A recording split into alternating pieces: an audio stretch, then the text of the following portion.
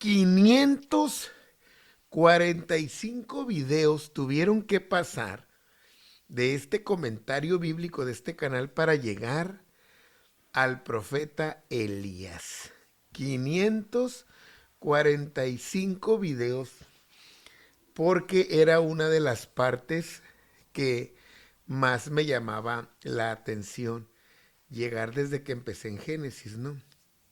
¿Qué vamos a hablar hoy? Bueno, pues del profeta Elías, este profeta tan famoso tanto del Antiguo Testamento y mencionado en el Nuevo Testamento. Sobre Judá estaba reinando Josafat y ya tenía 4 años. Acab, este rey perverso, tenía 9 años reinando sobre Israel. ¿Cuándo llega Elías? Aproximadamente, porque hay muchas cronologías y todos son una prox, pero la que yo estoy usando, aproximadamente 910 años antes de Cristo, 189 antes de que llegara el cautiverio de Israel. Vino Elías entonces profetizando sobre el pueblo de Israel cuando éste estaba dividido en Judá e Israel. Entonces empecemos con esta serie, con este tema de este hombre que nos va a hablar mucha información, mucha vivencia, muchos milagros, mucha espectacularidad y tan comparado o tan buscado ser imitado por no entender los contextos, por no entender realmente cuál era su trabajo. Vamos a ver cosas de su personalidad, todo lo que conlleva este perfil profético de este hombre que nos ayudará mucho en este tiempo. Entonces, Elías Tisbita, capítulo 17. Vamos a empezar diciendo que Elías significa Jehová es mi Dios o Jehová es Dios. Era de los moradores de Galat y vino a hablarle al rey Acab, al pueblo de Israel. Entonces, se dice mucho que este hombre desconocido y que no se dice ninguna tribu de la que él era, muy probablemente pudo haber sido un forastero, un extranjero, o sea, no del pueblo de Israel. Porque el pueblo de Israel, hablando, acuérdense que el pueblo está dividido, no, Israel no abarca todo, abarca el norte, no entra aquí Judá. Estaba este reino tan decaído y tan decadente que muchos historiadores dicen que Elías no era ni israelita. O sea que él era a lo mejor ismaelita porque estaban cerca de Galat. Entonces muchos dicen que Dios los reprendió con un hombre extranjero, pero es su posición. Entonces su nombre era su identificación. Su nombre era Elías. Entonces en el tiempo que nadie quería nombrar a Jehová, su nombre era Jehová es Dios o Jehová es mi Dios. En el tiempo que querían olvidarse del culto, querían quitar todo lo que representara al Dios de los dioses, al nombrarlo, a citarlo a él, entonces tenían que refrendar que Jehová era Dios. Entonces este vino acá, ¿no?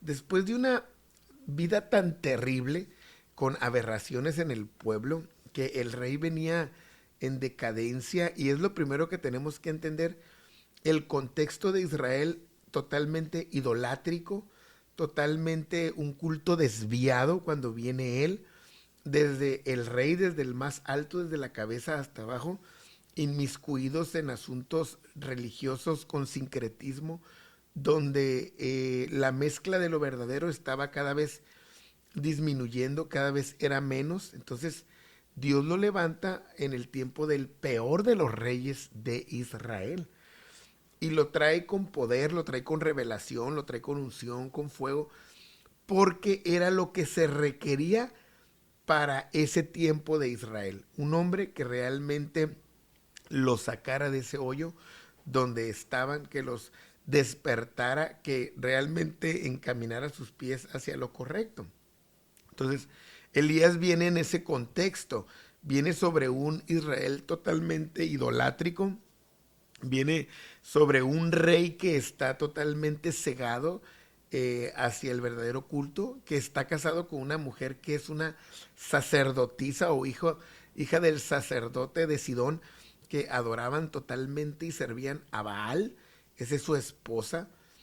Viene a un Israel donde su rey trae toda la historia de idolatría, asesinatos, muerte, donde desde Jeroboam ellos hicieron puras aberraciones, aceptaban ídolos, aceptaban todo tipo de desvío. Hacia ese Israel viene este profeta Elías. Y lo que viene, para empezar, que dice aquí el verso es: vive Jehová, Dios de Israel. Lo primero que le dice acá al rey, porque él viene a presentarse ante esta autoridad, le dice que Jehová vive. Diferente a los ídolos muertos que ellos adoran, muy diferente a sus imágenes, a sus becerros. Él le dice: vive Jehová, Dios de Israel, al que ellos han querido matar, lo han querido olvidar, lo han querido enterrar. Dice: vive ese Dios, y tan vive que estoy en su presencia. Estoy relacionado con él, estoy parado ante él, comparezco ante él, tengo una intimidad con él muy, muy diferente a la que ellos tenían en sus cultos muertos con sus ídolos y sus imágenes. Entonces dice: hay un Dios que estoy experimentando, vive ese Dios. Y le dice que no habrá lluvia ni rocío en estos años. Entonces Elías viene como un tipo de Moisés en el libro de Éxodo, donde va contra todos los ídolos, todos los dioses de los egipcios, y los va derrotando plaga tras plaga, empezando con el Nilo y terminando con el hijo del faraón, que era el dios viviente para ellos. Entonces ahora la guerra, la lucha es contra Baal. Ahora no va a haber lluvia, ni siquiera va a haber rocío. ¿Por qué? Porque Baal es el dios de la lluvia para ellos, es el dios de los truenos, es el dios del clima, es el amigo del sol. Este es el dios que controla las estaciones. Entonces viene a hablarles en contra de esa creencia y de esa deidad. Es decir, empieza una guerra donde Jehová, Dios de los ejércitos, les demostrará a ellos quién es el verdadero Dios. Y en estos tiempos que vivimos nosotros también, tan terribles, tan llenos de idolatría, tan llenos de maldad, tan llenos de ídolos que abundan por todos lados, es necesario que nos levantemos como este Elías, con conocimiento, con autoridad, con valor, con respaldo de Dios, con llamamiento. ¿Para qué? Para que las gentes conozcan al verdadero Dios. Entonces, entre peor está la situación, uno más allegado a Dios debe de estar. Entonces dice: no va a llover, porque tus ídolos no tienen razón de ser, sino por mi palabra. Hasta que Dios me vuelva a decir, hasta que Dios me indique, hasta que Dios me enseñe, voy a venir y les voy a enseñar quién tiene el control sobre el clima. O sea, van a tener tiempo ustedes, si quieren buscar a Baal, pídanle, adórenle, sacrifíquenle cosas, pero no va a pasar nada hasta que el Dios de la gloria, el Dios eterno, quiera resolver esta situación. Y vino a él palabra de Jehová diciendo, cuando les dio esta sentencia, obviamente lo iban a querer matar, lo iban a querer perseguir, lo iban a querer hacer daño, porque eso había pasado con Anani cuando estaba profetizando en el tiempo de Asa. Entonces era conocido ese maltrato hacia los portadores de Dios. Y Elías entonces escucha la voz de Dios. Dios le vuelve a hablar para indicarle lo que sigue, para decirle qué otra cosa viene, y también prepararlo a él para que siga creciendo y su fe se siga desarrollando. Entonces, este profeta, ¿cuándo viene el profeta? Bueno, pues cuando los tiempos están terribles y cuando es amenazado el verdadero culto. Viene un profeta con valor, no que a veces la gente dice: no, Dios me dio un mensaje, pero no quiero hablar. Y el profeta debe de tener valor. ¿Cuándo declara el profeta cosas? Cuando realmente Dios se las mostró. La gente que va declarando cosas y que Dios no le ha dicho nada, realmente van practicando la adivinación, ¿no? Entonces vino él palabra, un hombre que recibía constantes mensajes de Dios, que vivía en su presencia, este, y él es el que estaba entonces listo para soportar la carga sobre Israel. Apártate de aquí, le dijo el Señor, vete y vuélvete al oriente y escóndete en el arroyo de Kerit, que está frente al Jordán. Bueno, se tenía que ir por indicación de Dios, porque él iba a vivir otro tipo de proceso. Lo que me llama la atención es que Dios mismo le dice, escóndete. Dios Todopoderoso, el Dios de la gloria, el Jehová de los ejércitos, le dice, escóndete en el arroyo. Cuando le dice escóndete, o sea, Elías necesitaba estar un tiempo a solas para tener más intimidad con Dios, para poder entender más lo que Dios iba a hacer por medio de él. Le está diciendo, ocúltate, guárdate, resérvate, no estés aquí a la vista, no estés ante el pueblo porque no va a ser prudente. Debes de aceptar el mensaje de Dios y debes de irte. Aquí ya cumpliste con dar el mensaje, con dar la palabra. Eso muchos profetas lo deben de entender. Uno da el mensaje.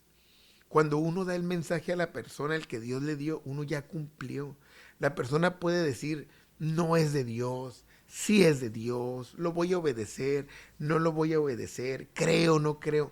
La persona puede decir muchas cosas. Cuando el profeta está seguro que el mensaje es de Dios, él solo lo va a depositar. Él le va a pedir sabiduría, valor, prudencia a Dios, pero él solo lo va a depositar. Él no va a decir, ¿tú qué crees? ¿Qué opinas? ¿Cómo ves? Él va a depositar el mensaje. Vas a beber del arroyo, le dice el Señor. Él también iba a sufrir porque era parte de ese tiempo. Vas a beber del arroyo, del torrente de agua que baja por ahí, que corren por ahí.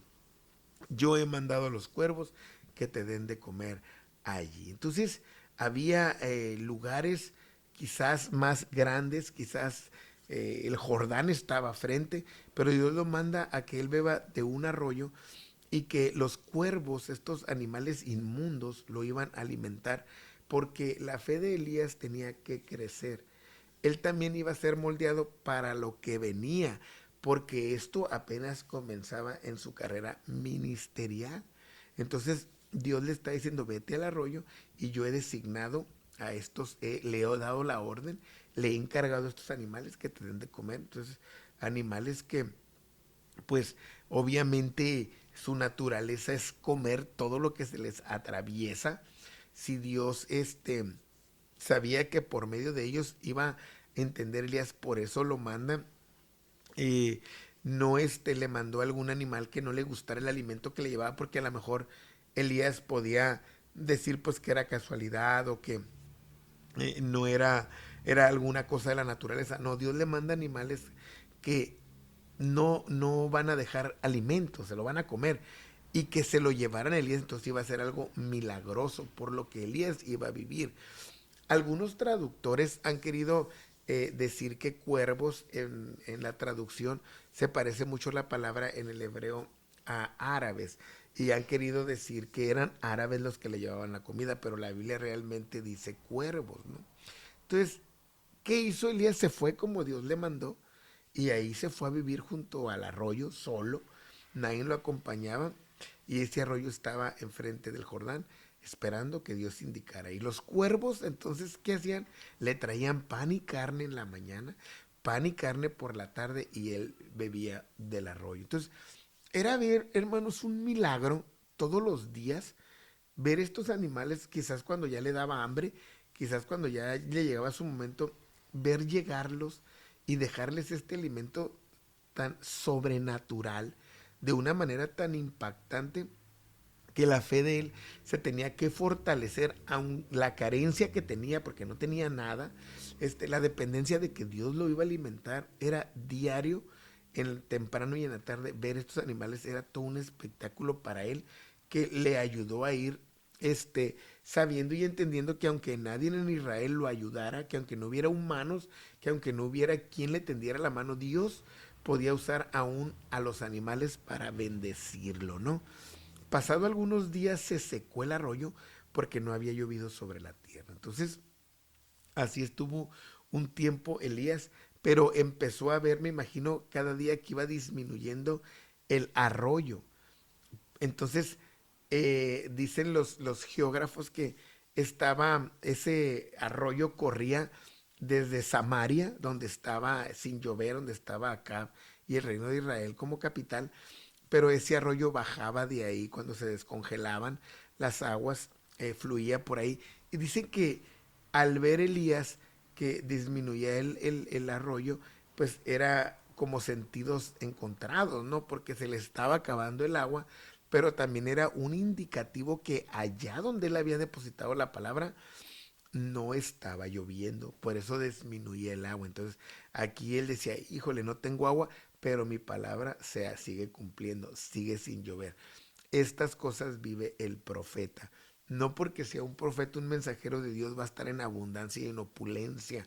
Él también, su fe está siendo reforzada porque vienen situaciones que va a vivir que son muy tremendas. Entonces, Elías tenía que también ver que entre menos agua había, pero los cuervos seguían llegando, seguía, el alimento estaba ahí. Entonces eso era una constante, Dios está contigo, Dios está aquí, Dios no te ha desamparado, Dios sabe lo que viene, Dios sabe lo que sigue, porque él miraba que algo disminuía, pero había otras cosas que permanecían. Entonces todos estaban sufriendo de lo mismo, pero era un juicio terrible de Dios, era algo que él tenía que experimentar para que su fe creciera. Entonces no llovía, pero él tenía de beber hasta que Dios le indicara lo que tenía que hacer. Entonces, cuando se seca el arroyo, es porque él sabe que mientras tenga, aunque sea poco, él tiene que tomar. Pero él debía de entender que cuando el arroyo se secara es porque tenía que salir de ahí, tenía que partir de ahí. Entonces no debía de manejarse por el entorno, sino porque la voz de Dios siempre había sido fiel en su llamamiento. Este mensaje, con este quiero empezar esta serie diciéndote esto, que en los peores tiempos del cristianismo es cuando Dios nos necesita más a ti y a mí, estudiando, preparándonos para que la palabra de Dios se predique, se aconseje, se enseñe de una manera correcta. Dos, saber que nuestro Dios está vivo, no es un Dios más y que nosotros debemos vivir en su presencia. Que cuando Dios nos da una palabra, un sueño, una revelación, tenemos que tener el carácter, el poder, la autoridad, el respeto, el amor para hablarlo y para decirlo como Dios nos lo ha indicado. Que la voz de Dios debe de ser una constante en nosotros y oírlo y saber cuándo nos tenemos que esconder de muchas cosas. Así es, escondernos, porque Dios así le dijo. Que también nosotros vamos a carecer cosas por ser los siervos de Dios. Claro, aunque vaya disminuyendo el arroyo, aunque tú ves que estás careciendo, hay cosas que las vamos a tener que padecer. Otra es que no se te olvide de los milagros constantes que Dios está haciendo. A veces no hay alimento en tu casa, pero ves que el sol sigue saliendo. Es un milagro, sigues respirando. A veces no hay trabajo, pero tu familia sigue ahí. Seguimos vivos y esos son milagros que Dios tiene para nosotros. Con tanta comida mala, con tanto clima extremo, seguimos sanos. Entonces, aunque muchas cosas no nos sonrían, cuando se nos esté secando el arroyo, cuando esté disminuyendo, acuérdate que los cuervos seguían llegando con su alimento. No se te olvide de los milagros que vemos día a día, porque entre más esté secando el arroyo es porque algo más grande viene para tu vida y para tu ministerio. Arrancamos serie del profeta Elías. Bendiciones. Ánimo a todos.